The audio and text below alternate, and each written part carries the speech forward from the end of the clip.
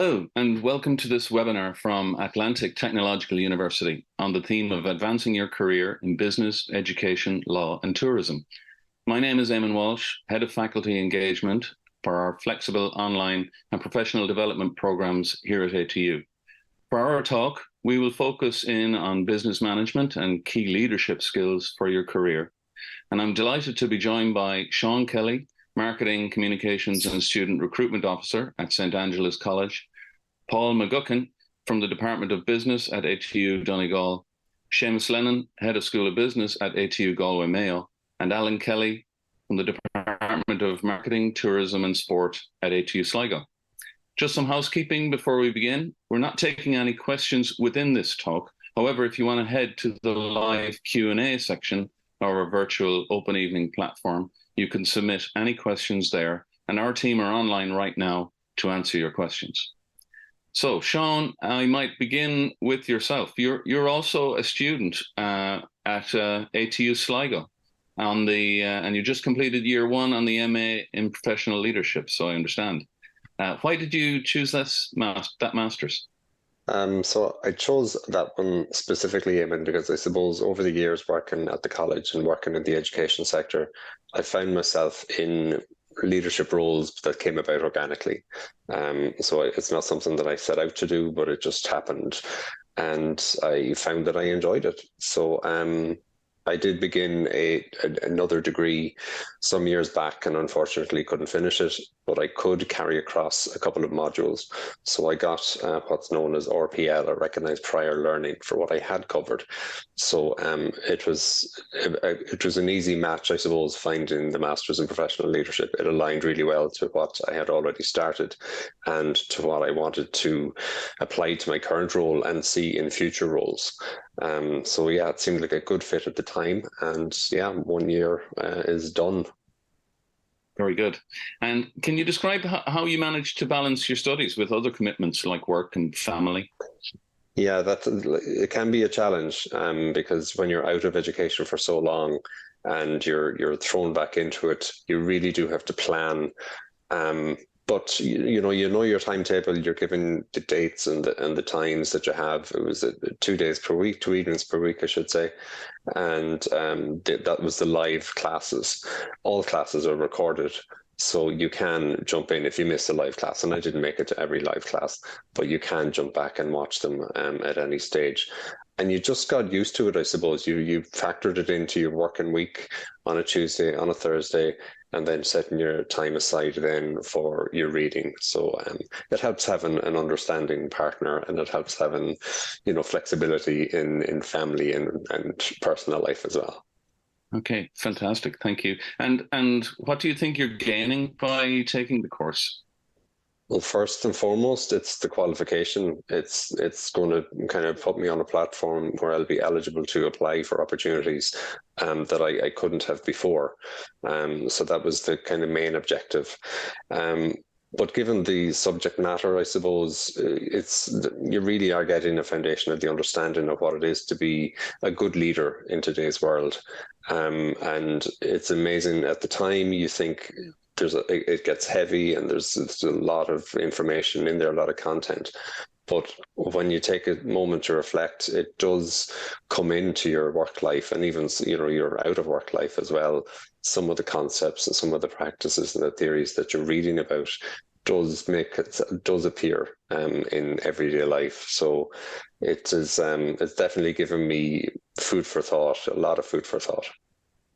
Okay, great. So it sounds like it's a real help to you in your job and in your role. Yeah, it's a good match. I'm definitely glad that it's aligning well to where, again, not only where I am now, but where I hope to be. Very good. And finally, any advice for anyone considering applying for a part-time course at ATU? Yeah, I still feel like I just applied for it, and it doesn't feel like a year. It went by really fast. Do your research. Have a think about where, what it is you want to do. Having a personal interest, of course, if there's a spark of interest there, is great. But my reasoning was more professional development, so I needed to find that one program or that range of programs that would have aligned to me. So do your research and just make sure that it's the right course for you.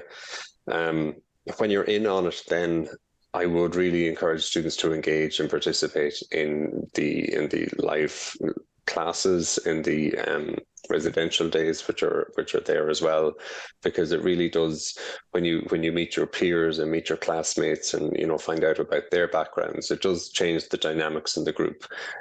So definitely engage and participate a little bit more. And then lastly, just know the supports are available as well. So all the lectures they're only at the end of an email. They're always really fast to respond. And the Academic Writing Centre was excellent as well. So don't forget that the supports are there from day one. Fantastic. Thank you very much, Sean. I'd like to move on to yourself, Paul. Just, in your opinion, what are the key trends in business management in the 21st century? Well, Eamon, I suppose this is an exciting time, isn't it, to be involved in business management. There's so many things happening, and we see a lot of the big ticket items, the things that are always on the news people are talking about. For example, we have digital transformation, this whole explosion around artificial intelligence and how it's impacting organizations and how all of us do business. Every time I open LinkedIn, I read an article on LinkedIn. There's an article about remote working, hybrid working, which is best, or work on the beach. So that's all very confusing. We have the increasing demands and expectations of customers. They're putting increased demands in business. We have to look after the employees, the well-being of our employees. And there's also that discussion around equality, diversity, and inclusion. So all those things are very important. You put that alongside the discussion around the environment, sustainable development goals, and are we responsible within our business? So when you start to look at it and list out even that short list of things, there's a lot of demands on people in business. And really, when you're looking at leadership and the courses that we offer across ATU for executive leadership, it's very difficult for people to manage expectations in all of those areas. So it's a matter of trying to give them the skills and tools that they can cope and learn to adapt to them. But we can't predict everything that's going to happen, but it's how we manage what happens there. And what I like to say is this a crisis or is it an opportunity? And if we approach it with that mindset, we can hopefully deal with some of the trends. We won't always get it right, but hopefully that's the direction that we're taking. Fantastic, thank you. And it's a very complex world, I guess, that we live in today. So there's a lot of challenges for managers. And in your opinion, what do you think the key leadership skills that are required for today's workplace?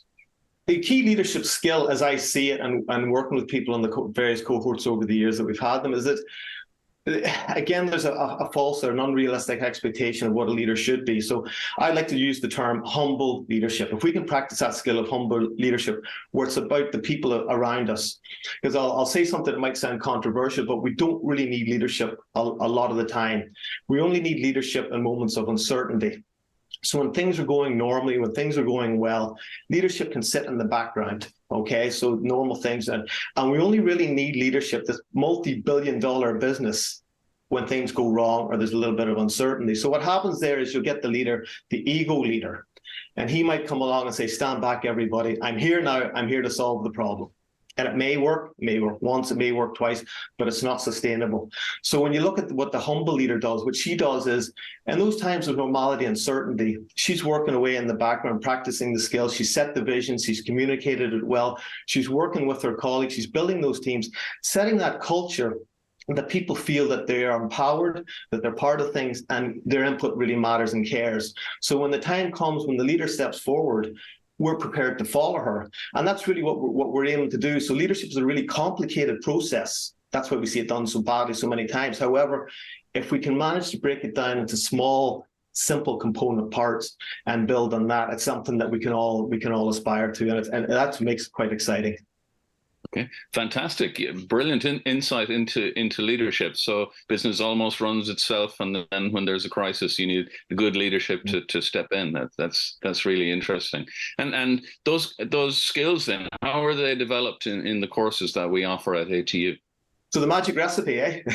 That's what we're looking for. So yeah, the way we do it in ATU Donegal is, I suppose if we can use a cooking analogy, is we have three important ingredients. The first one is we use block delivery, and we bring in expert speakers across the various modules of change, leadership, innovation, learning organization, etc. So we bring in expert speakers over a couple of days. and they impart their knowledge and wisdom and have the chat with the group. So the second ingredient then is the participants themselves, the students that we get in ourselves, and they bring their own experiences and also their own challenges. And then they, over a period of time, they form a group together themselves. So it's a small enough group of about 16 people working together. So the key ingredient that we use is action learning. And the way I like to explain it, it's common sense, which we know common sense isn't that common. So it really works on the basis of we undertake action, we learn from that, we reflect, and it's this continually evolving cycle. And it seems to work. The magic seems to happen within those individual groups. So it works, and believe me, I wouldn't say the magic happens too often in public, but we've been running these courses for years and years with very senior people in public, private sector, both sides of the border. And if we weren't getting it right, they would tell us. So it works okay. Brilliant. Thank you very much. Thank you very much, Paul. That was really insightful. Might move over now to Alan at ATU Sligo. Alan, you're chair for the new Masters in Digital Business at ATU Sligo. So we've heard one perspective on leadership, but what is digital leadership? How you doing, Eamon? Digital leadership, I suppose, is one of those sort of buzz terms that has been coming around the past while. Look, I suppose a lot of things come out of COVID, and an awful lot of companies with the digital disruption, they really had to embrace technology. And like Paul says, a lot of it isn't just an ad hoc one-off. There's ongoing things that'll go on there. And I think we're realizing that it's not that we need people who are, I'll use the word a digital advocate. They don't necessarily need to be a technical person in terms of computer science, programming, e-commerce, build a website. They don't need that skill set. They just need to understand this is technology. This is what it can do for us. These are some of the solutions, and it can prove what we're offering here. So that advocate, that person who promotes it, pushes it on, that's really what a digital leader is. And there's a few traits that are needed in there as well. It's not as straightforward as you would imagine, because you're looking at digital and you're looking at the business aspects as well, and management and planning. So there's a fair few bits and pieces in there, but it's one of those terms I think we're going to see a bit more of as companies try to develop this agile culture within their workplaces so that they can adapt to changes that are coming on. And as we mentioned, like AI in the past 6 months in our field in academia, God, it's changed a lot of stuff for us. So these are the things that are going to continue to happen. And we need to have people who understand the process, how to adapt, how to make the best out of a situation. And that's my take on what a digital leader should be trying to do. Okay. And in your opinion, why is digital leadership so important then? I think we've had this whole thing with the digital disruption. And if you look at things like digital transformation, which again is we've heard a lot about, a huge percentage of digital transformation doesn't work. I've seen some crazy figures, like three quarters of them don't work. And there's three key areas really when it comes to digital transformation. You have the technology, the people, and the process. And the way I look at it is the technology does what it's told. So really it's the human aspect is the big part here. And that comes down to the people understanding what it's needed for, which I think is a big thing. So this is what we do. This is our process. This is how we need it to work. And the implementation and getting the people on board is the other part. And that's where the leadership comes in as well. It's bringing people with you who want to do this and that are going to accept it. So they're the three areas that we have problems with. And that's, I think the digital leader is the one person who can bring all of that forward. And we really have to bring our digital transformation on because, like I said, it isn't really working for us. And it's the aspect I think that we're going to see businesses hone in on more. The people within their organizations who are those advocates who can push on, who realize this is the tools that are available to us, this is what they're going to do for us. And the most important thing is this is how we can implement and this is how we can bring it into aid our organization. Fantastic. And we certainly are in an era of digital transformation. So this is why this stuff is so important. And finally, how does the new Masters in Digital Business help people become digital leaders? When we started the course, it was one of the things we looked at. It was one of the outcomes really that we wanted is what will the person leave here with? What's the skill set they're going to have? And for digital leadership, there's a few aspects to it. But I mean, if you look at, we were very conscious of the practical skill sets they needed. Honestly, I can't see them becoming a computer programmer in such a short space of time with a couple of 5-credit modules. Not to the level you need to get. Similarly with e-commerce, they're complicated things. So we looked at the stuff that's important that they can manage. So cybersecurity, understanding it, how that works, what they need to know to implement. We're looking at data analysis, big data, which is huge. And again, that's just not about using software. That's about understanding the numbers, getting it in the right format so that they're all be able to compare across the different, because we've loads of different software giving us loads of different data, and trying to get that all into one platform it's not that straightforward. So there are a couple of things we're doing, but then there's other side of it that we're looking at as well, is the planning and innovation. So we have a module there, design, thinking and innovation. And that's all that whole thing about the creative aspects and creative culture and ideation. We have project management, which is in there as well, which is all about lean. And I know it says software project management, but it's all about the project management process, which is hugely important for them. We have digital strategy, which is all about that digital transformation, that process, and how to manage that as best you can.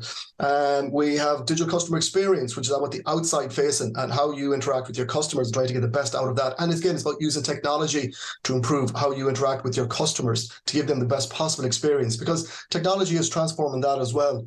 We also then have a module in there we have emerging technologies, again, some of the newer stuff, so people understand this is what it is, what it does.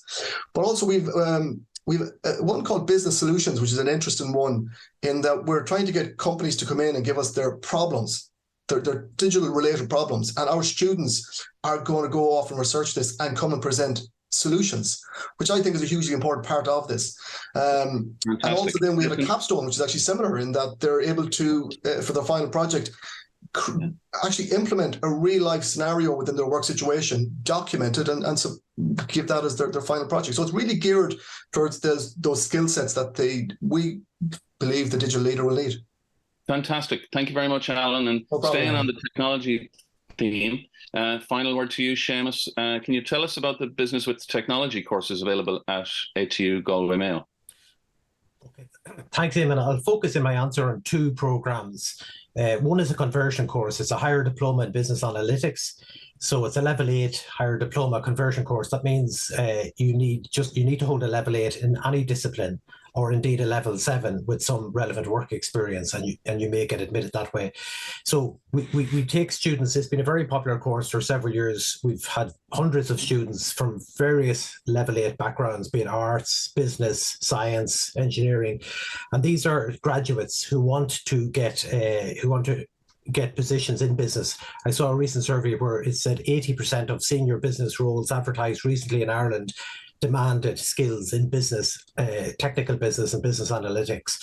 So the program takes in graduates from level 8 graduates from any background, and over a 1-year online program, we cover subjects such as business analytics, cloud infrastructure, business intelligence. So we're not doing a lot of coding or programming or computing per se. It's all about teaching students how to make decisions based on proper data interrogation. So it's about capturing the data, investigating the data, making decisions, and improving the business.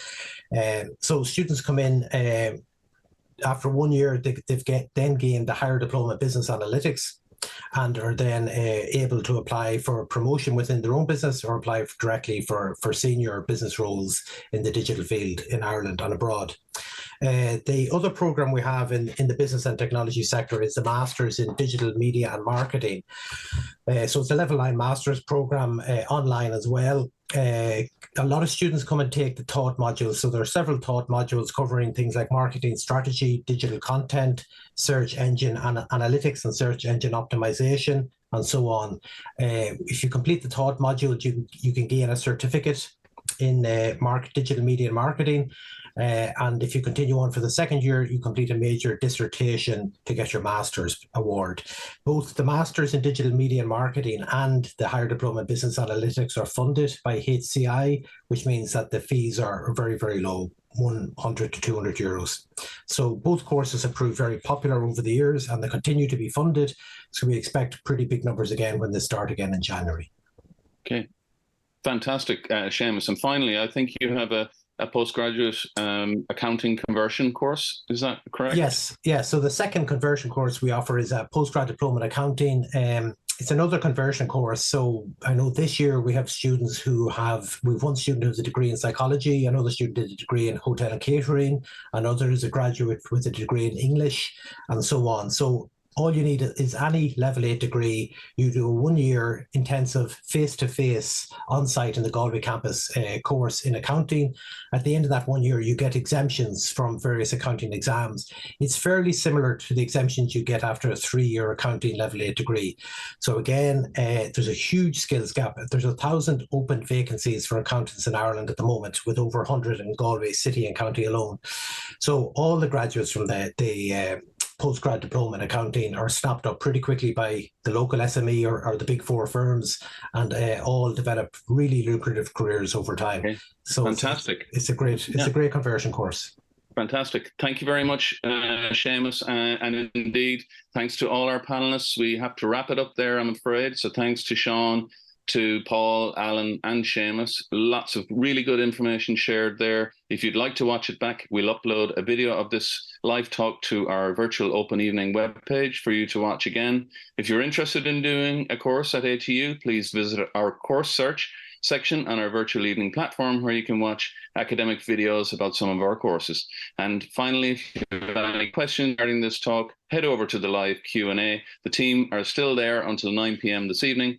Thanks for joining, and I hope you enjoyed this virtual event from Atlantic Technological University. Have a lovely rest of the evening. Thank you.